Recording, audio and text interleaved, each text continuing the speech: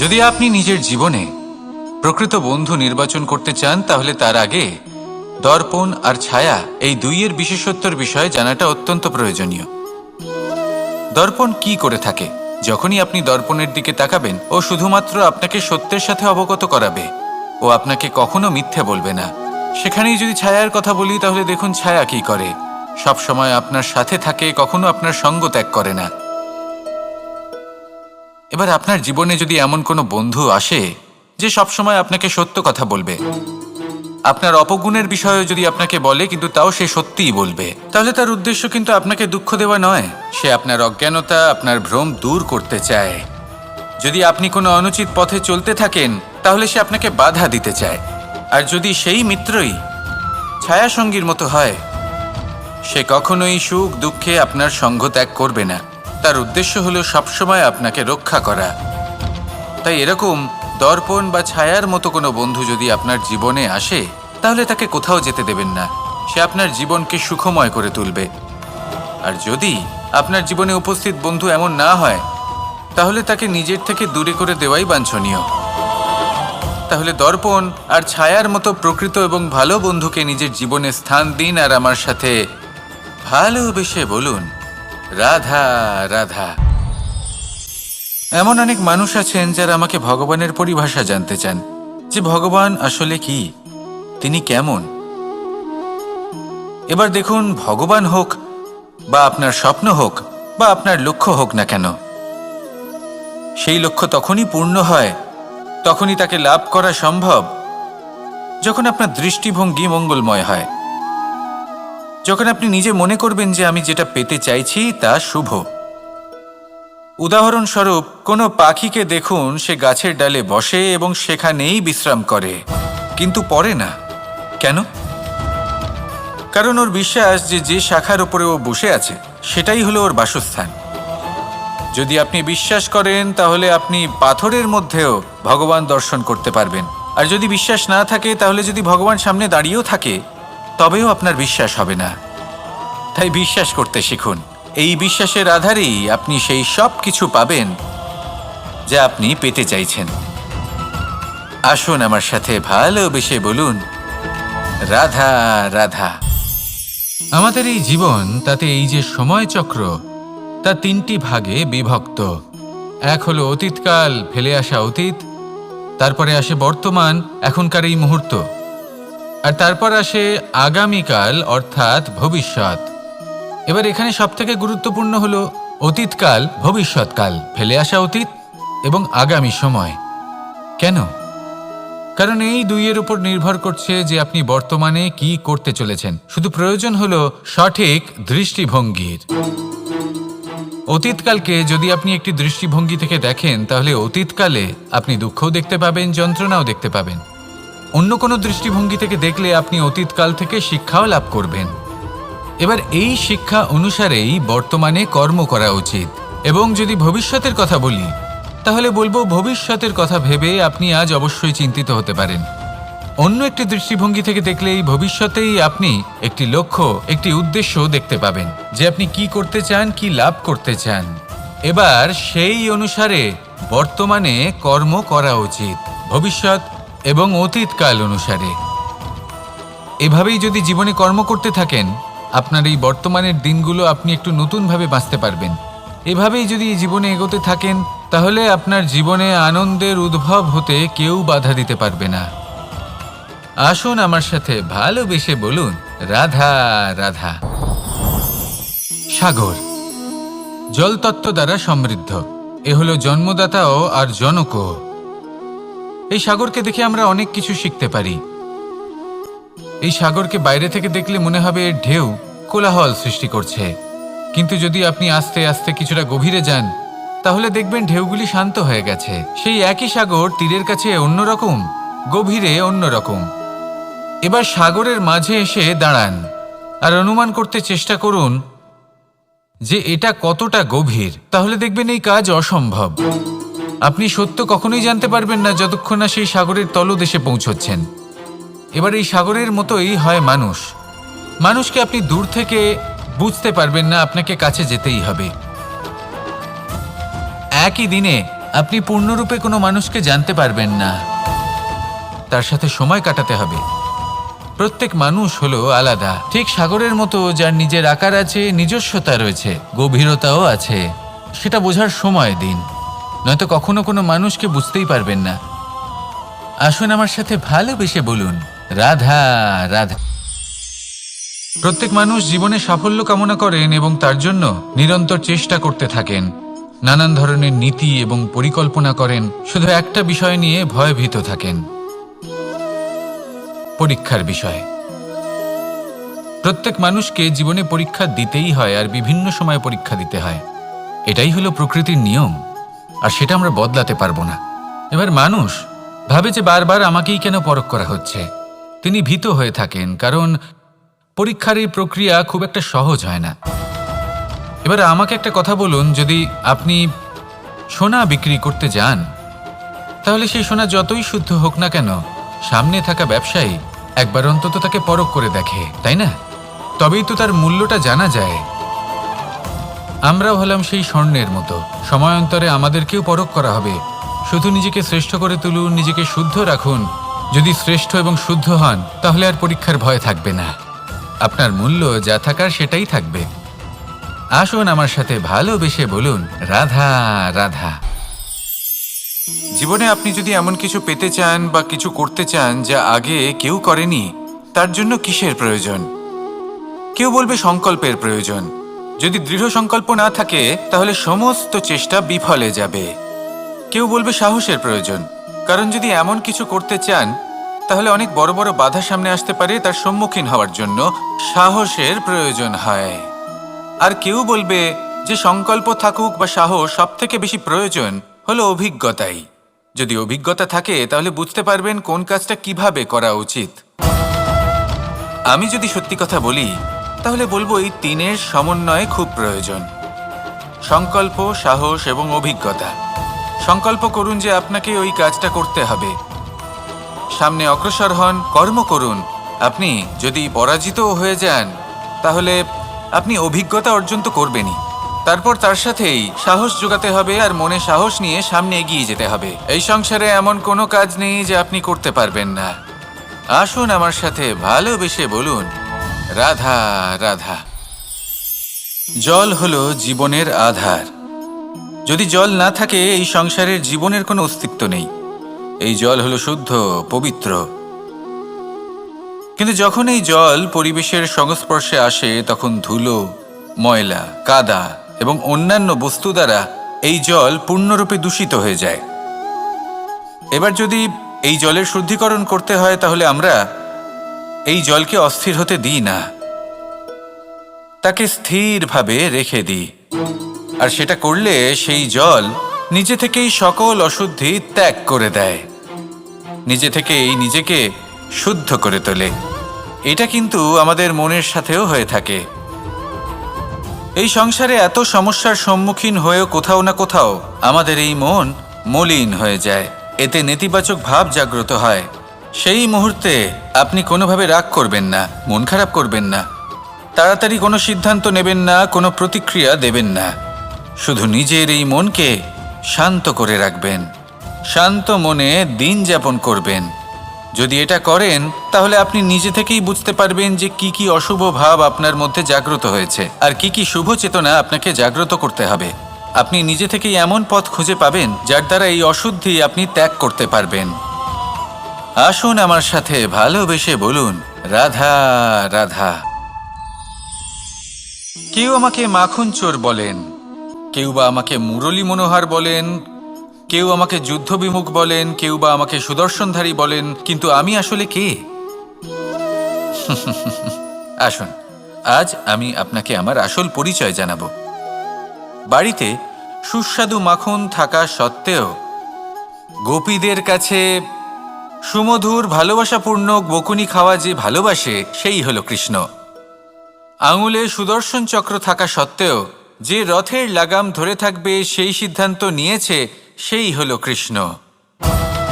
দ্বারকার মতো অনন্য রাজমহল থাকা সত্ত্বেও সুদামার মতো সখা যার অত্যন্ত প্রিয়, সেই হলো কৃষ্ণ। যদি আপনার মনে প্রেম থাকে, আপনি প্রেম বিতরণ করেন, সবাইকে ভালোবাসেন এবং ভালোবাসা রক্ষার খাতিরে শস্ত্র হাতে নিতেও আপনি সক্ষম থাকেন, তাহলে আপনি হলেন কৃষ্ণ। আসুন আমার সাথে ভালোবেসে বলুন, রাধা রাধা। আমাদের জীবনে 7 ধরনের সুখ আছে, আর সেগুলো লাভ করার জন্য আমরা অত্যন্ত প্রচেষ্টা করি। কিন্তু কোনো প্রচেষ্টা করার পূর্বে তা কিভাবে করব সেটা বোঝা খুব প্রয়োজন, আর সেখানেই আমরা ভুল করে থাকি। যে কাজটা আমাদের পরে করা উচিত সেটাই আমরা আগে করে বসি। আপনাকে স্পষ্ট করে বোঝাই, প্রত্যেক সুখের সাথে 2টি ক্রিয়া জড়িত থাকে। এবার যখন আমরা ধনের কথা বলি তখনও 2টি ক্রিয়া জুড়ে থাকে। প্রথম ক্রিয়া হলো ধন অর্জন করা, দ্বিতীয় ক্রিয়া হলো ধনের ব্যবহার করা। আর জীবনে ধনের ব্যবহার করার পূর্বে ধন কিভাবে অর্জন করতে হয় তা শেখা অত্যন্ত প্রয়োজনীয়। আমরা মন্দিরে যাই, ভগবানের আরাধনা করি, তার জন্য পুজো করি, ওনাকে প্রসন্ন করতে চাই, কিন্তু তার আগে ভগবানের ওপর আস্থা রাখা প্রয়োজনীয়। যদি আপনার অটল বিশ্বাস থাকে তবেই আপনি প্রকৃত ভক্ত হয়ে উঠতে পারবেন। এবার যদি আপনি বক্তা হয়ে থাকেন, শ্রেষ্ঠ বক্তা হতে চান, এই সংসারের সামনে নিজের বক্তব্য রাখতে চান, তাহলে কথা বলার পূর্বে কথা শুনতে শিখুন, তবেই আপনি একজন শ্রেষ্ঠ বক্তা হয়ে উঠতে পারবেন। জীবনে সম্পর্ক স্থাপন করার আগে সম্পর্ক বজায় রাখতে শিখুন, তবেই আপনি একজন প্রকৃত সাথী হয়ে উঠবেন। জীবনে পরাজয় মানার পূর্বে বিজয়ী হওয়ার চেষ্টা কিভাবে করতে হয় সেটা শিখুন, তবেই আপনি একজন নিপুণ ব্যক্তি হয়ে উঠবেন। অন্তিম এবং সবথেকে গুরুত্বপূর্ণ কথা, জীবনে ভালোবাসা লাভ করার পূর্বে ভালোবাসা প্রদান করতে শিখুন, তবেই আপনি একজন প্রকৃত প্রেমী হয়ে উঠবেন। আসুন আমার সাথে ভালোবেসে বলুন, রাধা রাধা। পুরুষার্থ। শাস্ত্রে 4 ধরনের পুরুষার্থের কথা বলা হয়েছে। প্রথম হলো ধর্ম। আপনি কি জানেন এই ধর্ম আসলে কি? আপনার কি মনে হয় ধর্ম আসলে কি? কোনো বিশেষ ঈশ্বরকে মানাই কি ধর্ম বলা হয়? নাকি কোনো বিশেষ রীতি পালন করাই হলো ধর্ম? নাকি কোনো বিশেষ সাহিত্যকে সর্বশ্রেষ্ঠ মনে করাই হলো ধর্ম? না, ধর্ম হলো সেটা যাকে ধারণ করা যেতে পারে, আর ধারণ শুধু সেটাই করা যায় যা পবিত্র। পবিত্র শুধু তাকেই বলা হয় যা নিঃস্বার্থ, যার মধ্যে শাসন করার কোনো ইচ্ছে নেই, যা সরলভাবেই প্রবাহমান, জল এবং বায়ুর মতো।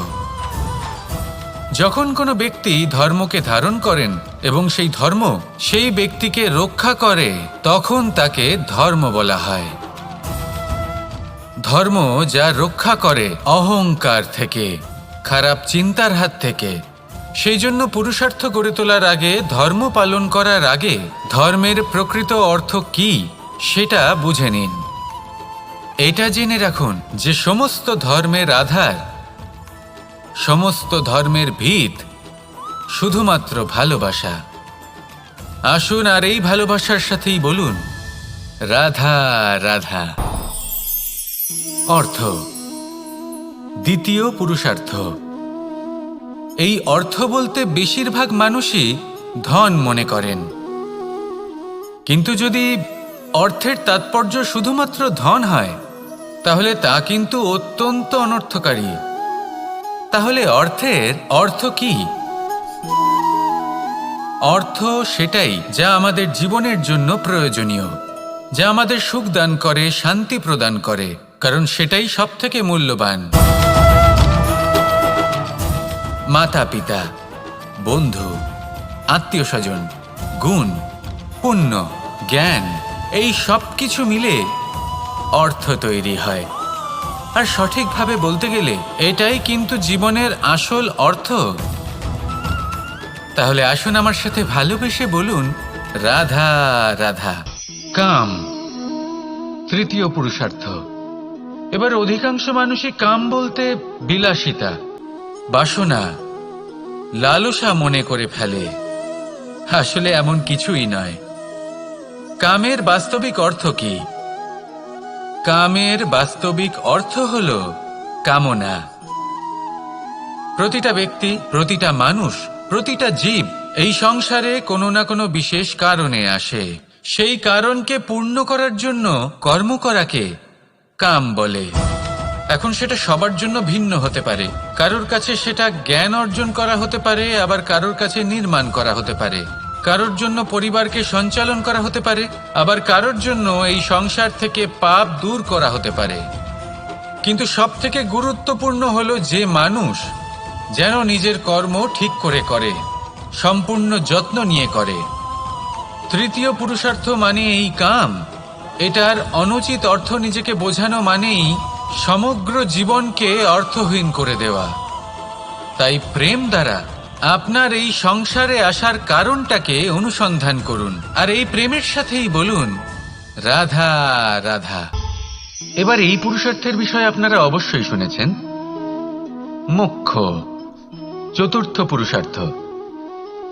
আপনারা কি জানেন এই মোক্ষ আসলে কি? ধর্ম, অর্থ, কামনার পালন করতে করতে মৃত্যু লাভ করা, এটাই কি মোক্ষ? না, মোক্ষ হলো সেটাই যা জন্ম এবং মৃত্যুর ঊর্ধ্বে। প্রত্যেক ব্যক্তি, প্রত্যেক জীবই সংসারে কোনো না কোনো বিশেষ প্রয়োজনে আসে। ধর্মপথে, সৎপথে অর্থ উপার্জন করা, প্রয়োজনকে পূর্ণ করার চেষ্টা করতে করতে সেই প্রয়োজনকে পূর্ণ করা তাকে মুক্তির পথে নিয়ে যায়, যা হলো মোক্ষ। যদি এই মোক্ষ লাভ না হয় তাহলে মানুষ জন্ম এবং মৃত্যুর এই চক্রে বারবার ফিরে আসবে। তাই নিঃস্বার্থভাবে সদ্ভাব নিয়ে কর্ম করুন, সকলকে ভালোবাসুন, আর আমার সাথে বলুন রাধা রাধা। মন, জীবনে যখনই কোনো বস্তু বা সুখ স্বাচ্ছন্দ্য অধিক মাত্রায় আপনার কাছে চলে আসে, তখন নিজেকে শ্রেষ্ঠ মনে করার একটা প্রবণতা দেখা যায়, যা হয় আত্মবিশ্বাসে পরিণত হয়, নয়তো অহংকারে। এবার আত্মবিশ্বাস আর অহংকারের মধ্যে অনেক বড় পার্থক্য রয়েছে। আমি এটা করতে পারি, আমি ওটাও করতে পারি, এ হলো আত্মবিশ্বাস।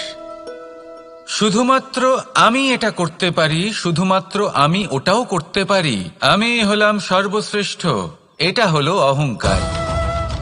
এবার এই অহংকার এর ধ্বনি অনেক দূর প্রবাহিত হয়, আর এর প্রহার সর্বপ্রথম আপনাকে বিপর্যস্ত করে। এবার এই অহংকার এর বিপরীত শব্দ হলো বিনয়, অর্থাৎ নিজের ঊর্ধ্বে উঠে অন্যের বিষয় ভাবনা চিন্তা করা, সংসারের বিষয়ে ভাবা। এই বিনয়ী হবার চেষ্টা করুন, একের থেকে অনেক হওয়ার চেষ্টা করুন এবং একসাথে থাকার চেষ্টা করুন। নিশ্চিত রূপেই আপনি বিকাশের কারণ হবেন। মত্ততা থেকে নিজেকে দূরে রাখুন, অহংকার থেকে নিজেকে দূরে রাখুন। এই মন প্রসন্ন হয়ে বলবে রাধা রাধা। কামবোধ, এটাই আপনার অন্তরের প্রথম শত্রু। বেশিরভাগ মানুষই কামবোধ বলতে লালসা বোঝেন, কিন্তু এটা সম্পূর্ণ সত্য নয়। কামের আসল অর্থ হলো কামনা। এটা খুবই সহজ ব্যাপার। মনুষ্য শরীর থাকলে, মানুষের মন থাকলে এই কামনা অবশ্যই থাকবে। এবার এটাই দেখতে হবে যে এই কামনা নেতিবাচক কামনা নাকি ইতিবাচক কামনা। অন্য কারোর জিনিসে নজর দেওয়া, অন্য কোনো মানুষের উপর নজর দেওয়া, কোনো অনুচিত বস্তুর দিকে নজর দেওয়া, এই নেতিবাচক কামনা। আর এই দুষ্কামনা মানুষকে দিয়ে অপকর্ম করাবেই করাবে। তাই মনে রাখবেন, যে ব্যক্তি নিজের কামনাকে নিয়ন্ত্রণে রাখতে পারেন তিনি সঠিক পথেও থাকেন, সঠিক লক্ষ্যে পৌঁছতেও পারেন। যিনি কামনা নিয়ন্ত্রণে রাখতে পারেন না তিনি তার পথও হারিয়ে ফেলেন এবং লক্ষ্যচ্যুতও হন। তাই মনে রাখবেন, নিজের কামনাগুলিকে নিয়ন্ত্রণে রাখুন, কাম নামক এই শত্রুর ওপর বিজয় লাভ করুন, আর আমার সাথে ভালোবেসে বলুন রাধা রাধা। ক্রোধ, আপনার অন্তরের আরও একটা শত্রু। এই ক্রোধ আসলে কি? আপনার মনের এক ভাবনা, যা আপনার মনেই উৎপন্ন হয়। এই মন আত্মার সাথে যুক্ত থাকে। এখন একটা ভাবনা যা আত্মার সাথে যুক্ত থাকে তাকে অনুচিত কেন বলা হয় সেটা বোঝার চেষ্টা করুন। ক্রোধ কখনো কখনো জরুরি হয়, বিশেষ রূপে তখন যখন আপনি সঠিক পক্ষে দাঁড়িয়ে রয়েছেন এবং সামনের ব্যক্তি অধর্মের পক্ষে রয়েছেন আর বিনম্রভাবে মানছেন না। যেমন শ্রীরাম ক্রুদ্ধ হয়েছিলেন সাগরের ওপর, ওটা উচিত ছিল, আর তা ততক্ষণই উচিত যতক্ষণ আপনি ক্রোধকে নিয়ন্ত্রণ করছেন। যদি ক্রোধ আপনাকে নিয়ন্ত্রণ করতে শুরু করে তাহলে পরিস্থিতি এমনও হতে পারে, ধরুন একজন ব্যক্তির প্রতি ক্রোধের কারণে আপনি তার ক্ষতি করতে চান। আপনি একটা কয়লা হাতে নিলেন, আর সেই কয়লা সামনের ব্যক্তির ক্ষতি করার পূর্বে আপনার হাত জ্বালিয়ে দেবে।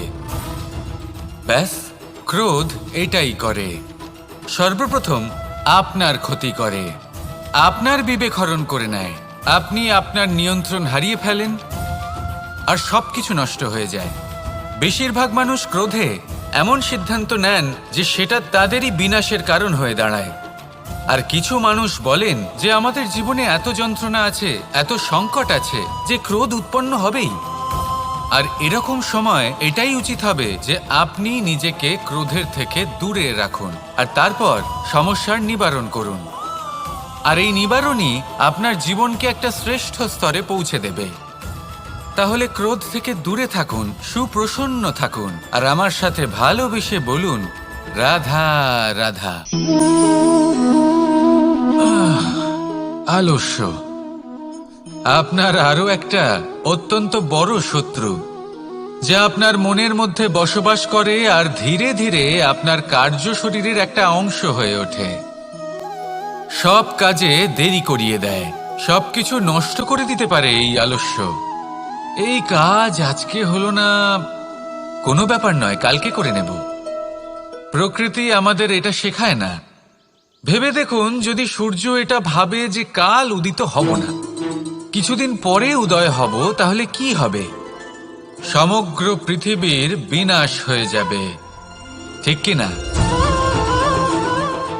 দেখুন, এই আলস্য নিয়ে খুব সুন্দর একটা কথা আছে, আলস্যস্য কুত বিদ্যা।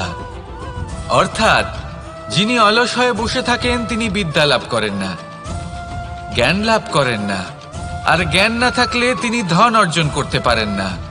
তার জীবনে সুখ স্বাচ্ছন্দ্যের অভাব থাকে, বন্ধুর অভাব থাকে।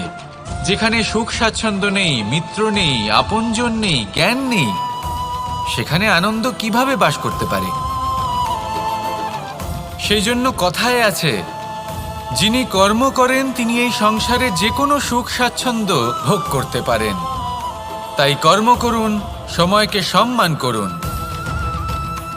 আর এই আলস্যের উপর বিজয় লাভ করুন। আর আমার সাথে ভালোবেসে বলুন, রাধা রাধা। লোভ আপনার অন্তরের আরো একটা শত্রু। দেখতে গেলে এটা একটা শব্দ, একটা সংস্কৃত শব্দ, লব ধাতু থেকে উৎপন্ন হয়েছে। এর অর্থ কিছু লাভ করা। কিছু লাভ করা অনুচিত নয়, আরো কিছু লাভ করাও অনুচিত নয়, কিন্তু সব থেকে বেশি আমি লাভ করব, আমি আরো চাই, আরো বেশি চাই, আরো বেশি পেতে চাই, এটাই হলো লোভ। আর এই লোভ যখন গ্রাস করে তখন আপনি যা পেতে চান, সে ধনই হোক বা মানই হোক, তা অর্জন করার জন্য মানুষ যে কোনো স্তরে পৌঁছে যেতে পারে। যদি মানুষ ধন অর্জন করতে চান তাহলে তার জন্য তারা অধর্মের পথেও চলতে পারেন। যদি সম্মান অর্জন করতে চান তাহলে অন্য মানুষকে ছোটও করতে পারেন।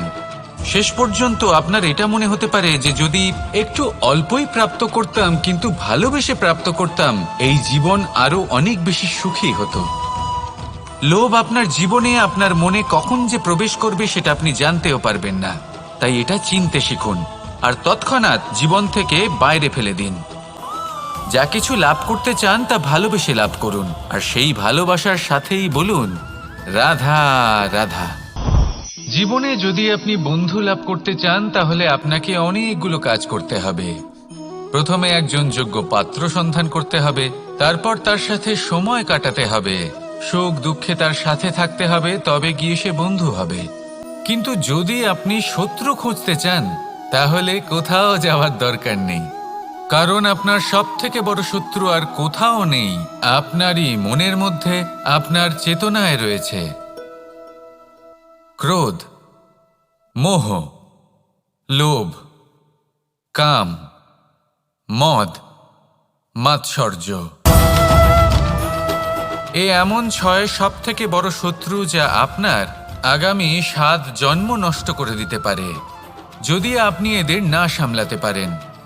এবার এদের সাথে যদি যুদ্ধ করতে হয় তাহলে একটা মহাভারতের মতো দেখুন, যেখানে অর্জুনও আপনি আর কৃষ্ণও সেই আপনি। কারণ এই যুদ্ধ আর অন্য কারোর সাথে নয়, বরং নিজের সাথে। এগুলো অন্তর মনের যুদ্ধ, আর এটা জয় করা যেতে পারে নিয়ন্ত্রণ এবং অনবরত চেষ্টার দ্বারা। তাই এটাই করুন, এই 6 শত্রুকে পরাজিত করুন এবং আমার সাথে ভালোবেসে বলুন, রাধা রাধা। মানুষের মধ্যে একটা বিচিত্র প্রবৃত্তি থাকে, অন্য সকলের বিষয়ে, তাদের জীবনের বিষয়ে, তাদের ব্যক্তিত্বের বিষয়ে, তাদের ভবিষ্যতের বিষয়ে অনুমান করা। এটা হলো অনুচিত। কারোর অতীতকালকে দেখে লোকে ভবিষ্যৎ বলে দিতে পারেন, বর্তমানকে দেখে ভবিষ্যতের বিষয়ে অনুমান করে ফেলেন। উদাহরণ দিতে হলে বলবো, কোনো দাসকে দেখুন, ওকে দেখে লোকে বলে যে ওর ভবিষ্যৎ সেটাই হতে পারে, অনুমান করে ফেলেন।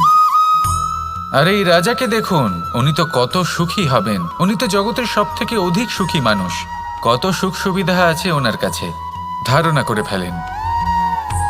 তবে সত্য তো এটাই যে কারোর ব্যক্তিত্বের বিষয়ে, তাদের ভবিষ্যতের বিষয়ে আপনি পূর্ণ সত্য কখনোই বলতে পারবেন না, শুধু অনুমান করতে পারবেন।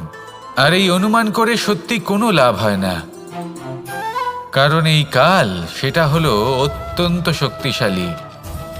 কালো থেকে কালোতর কয়লাকেও হিরেতে পরিণত করতে পারে, অনেক বড় বড় রাজাকেও বিদূষক বানিয়ে ফেলতে পারে এক মুহূর্তেই। তাহলে আপনি অনুমান করে কি লাভ? কি পেলেন অনুমান করে? সেই জন্য কারোর বিষয়ে কোনো অনুমান করবেন না, তার ভবিষ্যতের বিষয়ে অনুমান করতে যাবেন না, কারোর বিষয়ে কোনো ধারণা করে নেবেন না। কিছু করতে হলে ভালোবাসুন, সবার মধ্যে ভালোবাসা ছড়ান, সবার মধ্যে ধন্যাত্মক ভাব ছড়ান। এই মন প্রসন্ন হয়ে বলবে, রাধা রাধা। কথায় আছে, সংসারে নাকি সকল রোগের ওষুধ আছে। যদি আপনি নিজের শরীরকে ভালোবাসেন তাহলে ব্যায়াম করুন, যদি নিজের নিঃশ্বাস প্রশ্বাসকে ভালোবাসেন তাহলে প্রাণায়াম করুন, যদি আপনি নিজের আত্মাকে ভালোবাসেন তাহলে ধ্যান করুন। কিন্তু যদি আপনি নিজের জীবনকে, পরমাত্মাকে ভালোবাসেন তাহলে সকলকে ভালোবাসতে থাকুন। এই ভালোবাসা অত্যন্ত গুরুত্বপূর্ণ এবং আবশ্যক। ভালোবাসার থেকে ভালো না কোনো ওষুধ আছে, না আছে কোনো আসন। এর থেকে ভালো না কোনো ব্যায়াম আছে আর না কোনো প্রাণায়াম। এই ভালোবাসা বড় বড় সমস্যারও সমাধান করতে পারে, ভালোবাসা বড় বড় বিপদকে আপনার থেকে দূর করতে পারে। এই ভালোবাসাই আপনাকে জীবনে বাঁচতে শেখায়, কারণ ভালোবাসাই হলো জীবনের আসল সত্য। তাহলে আসুন আর আমার সাথে ভালোবেসে বলুন, রাধা রাধা।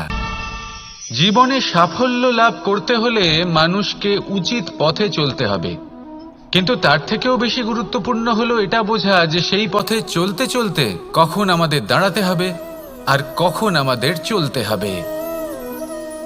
এই শিক্ষা অত্যন্ত গুরুত্বপূর্ণ। এবার দেখুন, ছোট্ট একটা কথা রয়েছে, ওকে আটকিও না, যেতে দাও। এই বাক্যের অর্থ কি? অর্থ যে কাউকে আটকিও না, যে এগোতে চাইছে তাকে এগোতে দাও, তার পথে বাধা সৃষ্টি করো না। এবার এই ছোট কথাতে এক অনুচিত স্থানে আমি দাঁড়িয়ে পড়ি। আটকাও, যেতে দিও না। এবার এর অর্থ কি হলো? যে এই ব্যক্তিকে আটকাও, তাকে জীবনে এগোতে দিও না, এর পথে বাধা সৃষ্টি করো। এবার এই ছোট কথাতে অনুচিত স্থানে যদি আমি আটকে যাই, তবে ভাবো কত পার্থক্য হলো।